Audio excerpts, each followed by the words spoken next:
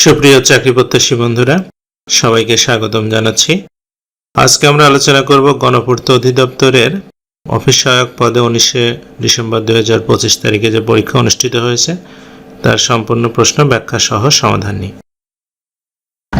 তো প্রথমেই ছিল কারক বিভক্তি নির্ণয় করুন। আষাঢ়ে বৃষ্টি হয়, এখানে এটা হবে অধিকরণ কারকের সপ্তম বিভক্তি। অল্প বিদ্যা ভয়ঙ্করী, কি ভয়ঙ্করী? অল্প বিদ্যা, সুতরাং কর্মকারকের শূন্য বিভক্তি। রেখো মা দাসেরে মনে, কাকে মনে রাখবে? দাসকে, তাহলে কর্মকারকের দ্বিতীয় বিভক্তি। ধোপাকে কাপড় দাও, যেহেতু কাপড় ধোপাকে দিবে, কাকে দিবে? ধোপাকে, সুতরাং এটা কর্মকারকের চতুর্থী বা দ্বিতীয়া। বিভিন্ন বইয়ে বিভিন্ন রকম আছে। অধ্যয়নে বিরত হতে নেই, অধ্যয়নটা হচ্ছে যেহেতু বিরত আছে সুতরাং এটা অপাদান কারকের সপ্তম বিভক্তি। এরপরে ছিল হচ্ছে আপনার সন্ধি বিচ্ছেদ। মনীষা, এটা হবে মনোযোগ ঈশা। বিদ্যালয়, বিদ্যাযোগ আলয়। জনৈক, জনযোগ এক। ষষ্ঠ, স্বরযোগ ধ। মনোযোগ, মনোবিসর্গ যোগ যোগ। তারপরে 3 বলছে যে শুদ্ধ বানান লিখুন। মুমূর্ষ, এটা হবে ময়হস্য ময়দীর্ঘ মূর্ধন্য সয়হস্য রেপ। বুদ্ধিজীবী বানান বয়স্য দয়দেহস্যি জয়দীর্ঘী বয়দীর্ঘী। মরিচিকা বানান ম রয় দীর্ঘী চয়স্যি কয়কার। কৃতিত্ব বানান কয়রিকার তয়হস্যি তয় বফলা এবং পিপিলিকা বানান পয়হস্যি পয়দীর্ঘী লয়স্যি কয়কার পিপিলিকা। 4 বলছে যে সমাস নির্ণয় করুন। প্রথমে ছিল জমা খরচ, এটা হবে জমা ও খরচ দ্বন্দ্ব সমাস। মন মাঝি মনরূপ মাঝি রূপক কর্মধারয় সমাস। রাজপথ পথের রাজা ষষ্ঠী তৎপুরুষ সমাস। হাতাহাতি হাতে হাতে যে লড়াই বেতিহার মুরব্বী সমাস। দুঃখ প্রাপ্ত দুঃখকে প্রাপ্ত দ্বিতীয় তৎপুরুষ সমাস। এরপর আমরা চলে যাব ইংলিশে। বলছে fill in the blanks with appropriate preposition. প্রথমে ছিল you seem to be annoyed, এটা উইথ মি হবে, কারো প্রতি বিরক্ত হলে অ্যানয়েড উইথ হয়। The house is adjacent mind, adjacent to mind হবে, কারো অ্যাডজাসেন্টের পরে টু প্রিপোজিশন বসে। সাডেনলি হি বাস্ট, এটা হচ্ছে ইনটু টিয়ার্স হবে, মানে কেউ যদি কান্নায় ভেঙে পড়ে তাহলে বাস্ট ইনটু টিয়ার্স হয়। আর he is capable of solving the problem হবে। 6 বলছে চেঞ্জ দ্য ভয়েস। প্রথমে ছিল he is writing a letter, এটা হবে a letter is being written by him. Who gave you this pen, by whom were you given this pen. Let me know it, এটা let it be known to me.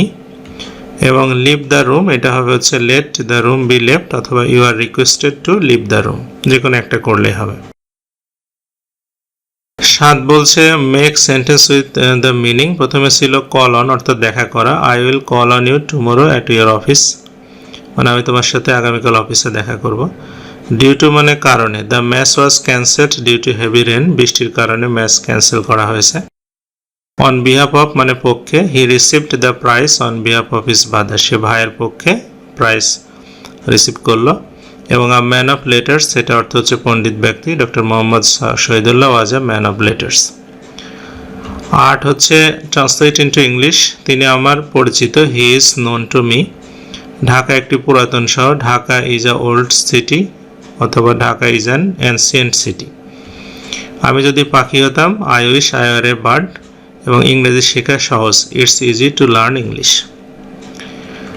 9 বলছে যে write the opposite word. প্রথমে ছিল right, এটা হবে রং। Fur near, up down এবং strong week. এরপরে 10 ছিল গণিত। বলছে 20 মিটার দৈর্ঘ্যের একটি মেঝেকে কার্পেট দিয়ে ঢাকতে 7,500 টাকা খরচ হয়। যদি প্রস্থ 4 মিটার কম হতো তাহলে 6,000 টাকা খরচ হতো। কামরাটির প্রস্থ কত? তাহলে এখানে 1500 মিটার বর্গ মিটারে হচ্ছে 1500 টাকা কম খরচ হচ্ছে, কারণ 7,500 থেকে 6,000 বাদ দিলে 1500 টাকা কম খরচ হচ্ছে। কত বর্গ মিটারের জন্য? 20 মিটার তো দৈর্ঘ্য আছে আর 4 মিটার প্রস্থ কমে গেল, অর্থাৎ 80 বর্গ মিটারে 1500 টাকা খরচ হচ্ছে। তাহলে 1 টাকা খরচ হবে 80 বাই 1500। আর আমাদের 7,500 টাকা যখন খরচ হয় তখন কত বর্গ মিটার ছিল? 7,500 দিয়ে গুণ করলে পেয়ে যাব 400 বর্গ মিটার। অর্থাৎ এই 400 বর্গ মিটার হচ্ছে ক্ষেত্রফল ছিল, যার মধ্যে 20 মিটার ছিল হচ্ছে দৈর্ঘ্য। তাহলে প্রস্থ দিয়ে ভাগ করলে প্রস্থ হবে হচ্ছে 20 মিটার। 11 বলছে বার্ষিক 10.5% মুনাফায় 5,000 টাকা 2 বছরের চক্রবৃদ্ধি মুনাফা কত? তো 5,000 টাকার প্রথম বছরের মুনাফা হবে 5,000 গুণন 10.5%, এটা হবে 525 টাকা। পরের বছরে ৫,৫২৫ টাকার উপরে 10.5% মুনাফা হবে, অর্থাৎ এটা হবে 580.125 টাকা। তাহলে এই 2 বছরের মোট মুনাফা হচ্ছে 500, আর 580.125 যোগ করলে 1105.125 টাকা।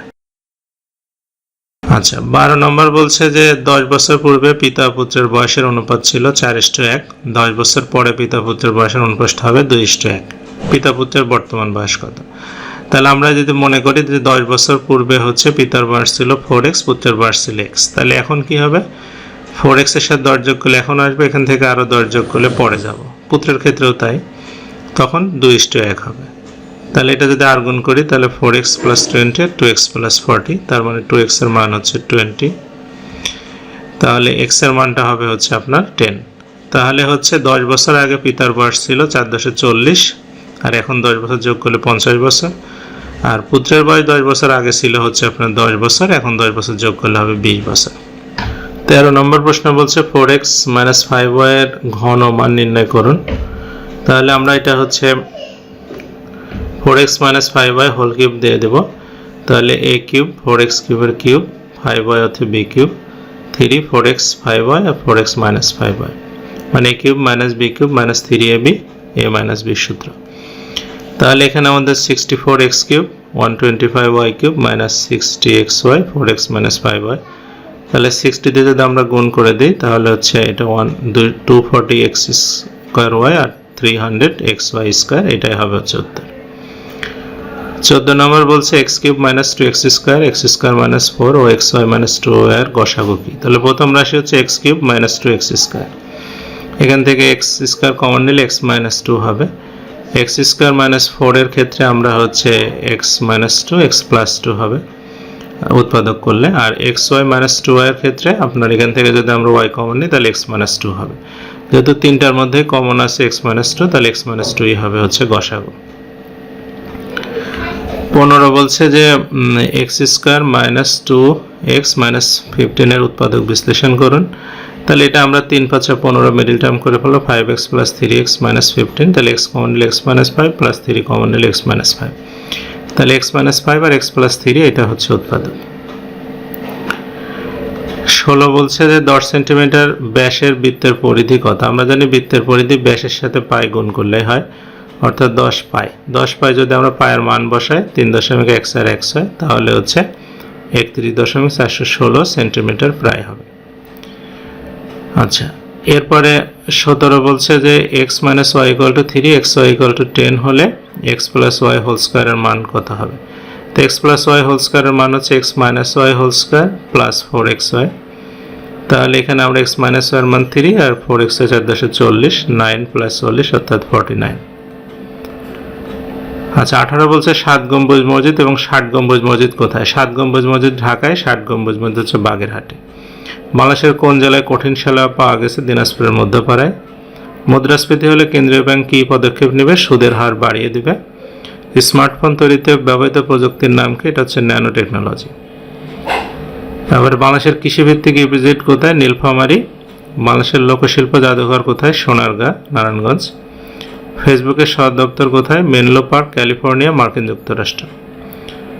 তারপরে ছিল হচ্ছে মোনালিসা চিত্রকর কে? Leonardo da Vinci. পৃথিবীর গভীরতম স্থানের নাম হচ্ছে প্রশান্ত মহাসাগরের মারিয়ানা ট্রেঞ্চ। বাংলাদেশের প্রধান খনিজ সম্পদের নাম কি? প্রাকৃতিক গ্যাস। তো এই ছিল আজকের প্রশ্নের সমাধান। এতক্ষণ সাথে থাকার জন্য সবাইকে অসংখ্য ধন্যবাদ।